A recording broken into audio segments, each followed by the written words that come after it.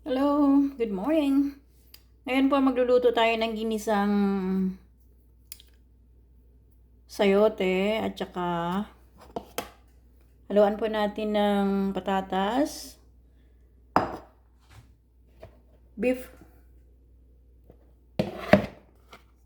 onion, and garlic. Yan po ang ating mga sangkap. Gamit po natin ay olive oil, panggisa.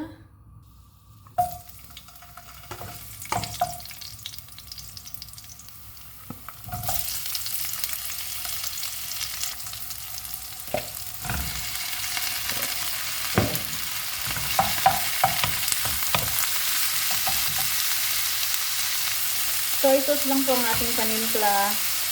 Wala na pong iba. Saka black pepper.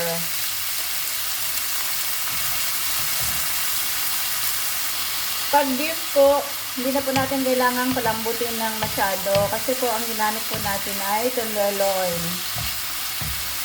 Lagyan po natin ng pepper.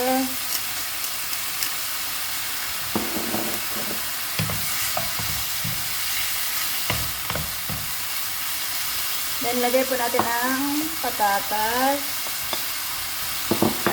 Yung patatas po, syempre lulutuin po natin yan. Pag malambot na yan, medyo malambot na yan, nalagay na po natin yung sayote. Kasi po mas mauunang maluluto itong sayote kaysa potato. Kaya inuna ko yung potato. Medyo luto na ang ating potato. Lagay na po natin ang ating sayote.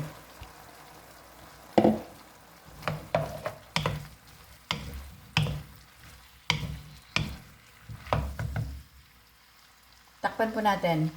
Lagyan po pala natin ng bell pepper, pang pabango, saka pang pakulay na rin, at pang palasa.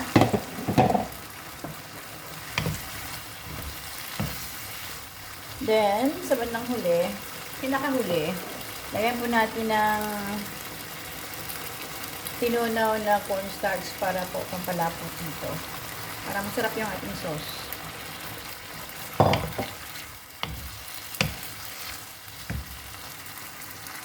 Ito po, ready na ang ating ulam. Ginisang sayote na may patatas and beef. Kaya malapot yung sauce natin. Masarap!